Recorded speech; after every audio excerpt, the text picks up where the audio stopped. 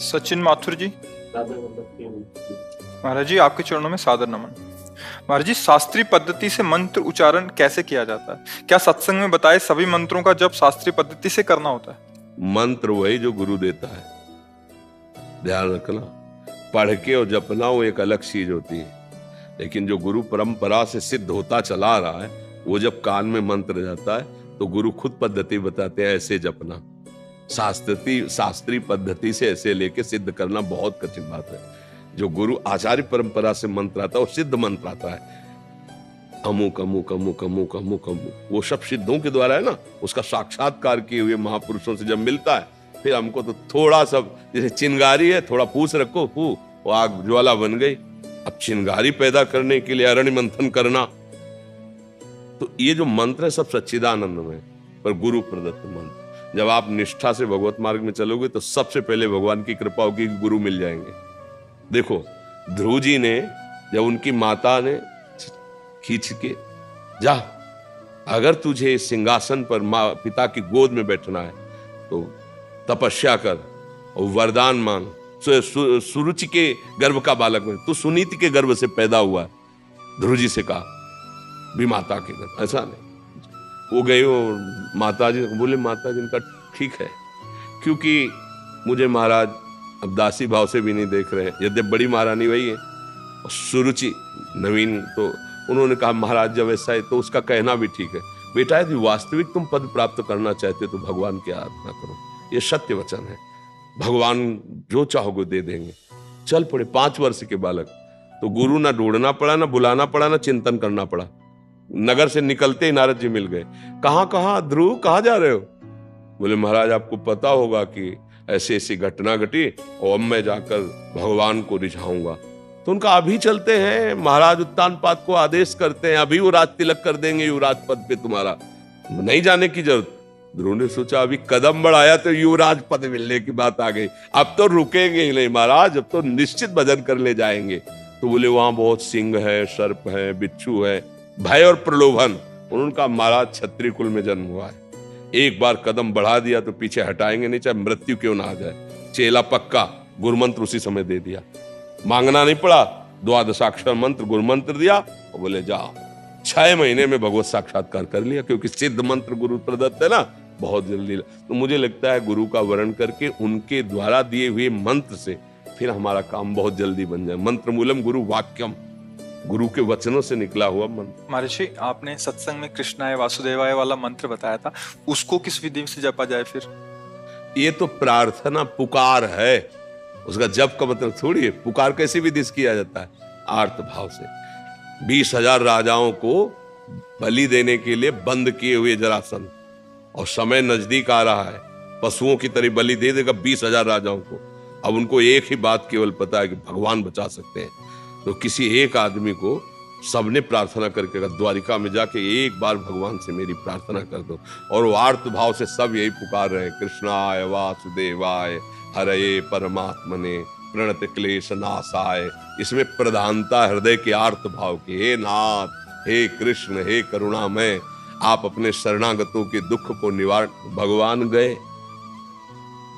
फेंक दिया, चिरवाक फेंक दिया जरासंध को और सब राजाओं को मुक्त करवाया। ले तो ये मंत्र जो है दुख निवृत्ति के लिए सिद्ध मंत्र है, पर थोड़ा जिसे सोचा जिसे अपवित्र, ऐसा मंत्र, ये वैदिक मंत्र ही तो है ना, तो थोड़ा पवित्र होके, पर इसमें प्रधानता आर्त भाव की है कि अब आपके सिवा कोई हमारा नहीं जो दुख निवारण कर सके, और अंदर से बड़ा चमत्कारिक है। ये भी बात समझ लो, कृष्णाय वासुदेवाय हरे परमात्मने प्रणत क्लेश नाशाय, ये सिद्ध मंत्र है। ये भागवत का निरंतर भगवान का स्मरण करो तो दुख निवृत्ति के लिए याचना ही करनी पड़ेगी।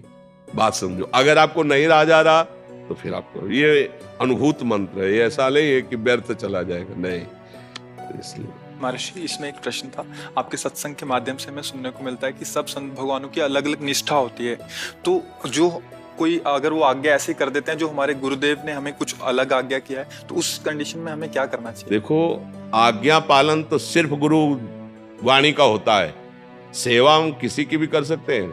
संत के आगे में जरूरत पड़ी तो पशु पक्षी की भी सेवा कर देंगे, जरूरत पड़ी तो किसी, इसका मतलब सेवा कर दिया तो उसके अधीन थोड़ी हो गए, उसकी आज्ञा का पालन थोड़ी करेंगे, समझ रहे हो ना। आज्ञा का पालन तो सिर्फ गुरुवाणी का, जो गुरु के श्रीमुख से वचन निकले बस वो गुरु वाणी का हम पालन करें। उन्होंने कहा संत समागम करो, साधु सेवा करो, तो कर रहे हैं, लेकिन वो हमें आज्ञा करे तो हम उसके लिए दस्तखत लेंगे गुरुवाणी से। अगर गुरु की आज्ञा है और आपकी बात मिलती है गुरुवाणी से तो हम मान लेंगे, नहीं तो आप बोलते रहिए, हमने सुन लिया, प्रणाम कर दिया, चल दिए, हम उसको स्वीकार थोड़ी करेंगे, समझ रहे हो ना। आज्ञा पालन तो सिर्फ वही है अपने गुरुदेव की वाणी में। उन्होंने आज्ञा करी संत सेवा, तो हम आपके कपड़े धो देंगे, भोजन पवा देंगे, जो जैसा कर देंगे। और अगर संत है तो चाहे जिस निष्ठा का हो, तुम्हारे अंदर भाव वही प्रकट होगा जो गुरुवाणी में लिखा है।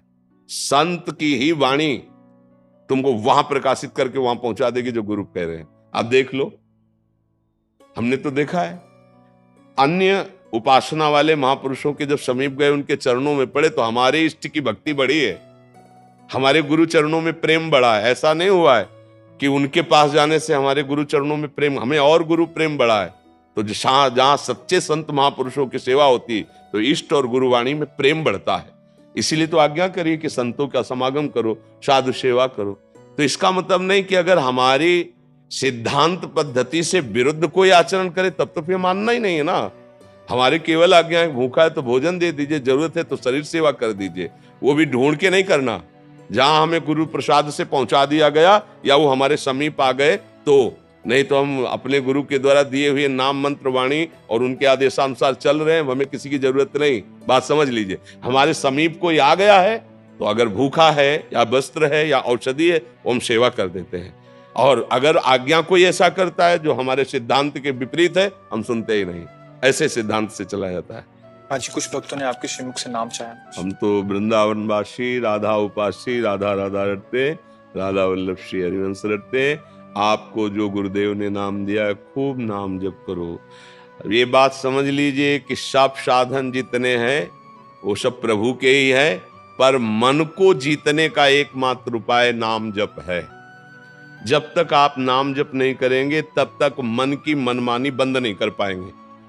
आप गा लो घंटा 2 घंटा, जैसे कीर्तन भी करोगे ना, ये राजी रहेगा मन, पर ये मन बस में नहीं होगा। बस में होगा तब। अब देखो इसकी चाल, हलचल मचा देगा। थोड़ा शांत होइए, आंख खोल के या आंख बंद करके मंत्र में या नाम में लगिए, अंदर ही अंदर सुमिरन में आइए। और जहां सुमिरन में आएंगे तो देखना इसकी मार पड़नी शुरू हो जाएगी मन में। मन जलन पैदा कर देगा, भागने लगे, अब फंसा है। और जितना आप अंदर अंदर जप करेंगे उतना ही ये मन निर्मल होता जाएगा, आपके अधीन होता जाएगा। जब मन को परेशानी होती है तो हम लोग मन में तदात्म किए, इसलिए लगता है कि बस नाम जप मत करो, और चाहे जो कर लो। ढोलक बज रही, हारमोनियम बज रही, तबला बज रहा, नाच रहे, गा रहे, इसमें मन राजी हो जाएगा। लेकिन शांत बैठकर एकांत में गुरु चरणों को प्रणाम करके और फिर नाम में डूबना, ये बड़ा कठिन काम है। आप देख लो अंदर से, और यही मन को बहुत जल्दी निर्मल करता है। ऐसा नहीं, भगवान नाम कीर्तन, वाणी कीर्तन, ये सब बहुत मंगलमय है, लेकिन मन को अधीन करने के लिए एकमात्र उपाय है ना, अंदर ही अंदर सुमिरन करना। अंदर ही अंदर जो नाम मिला है, जो मंत्र मिला है, खूब अंदर अंदर सुमिरन करो। सुमिरन से अंदर सब ठीक हो जाएगा।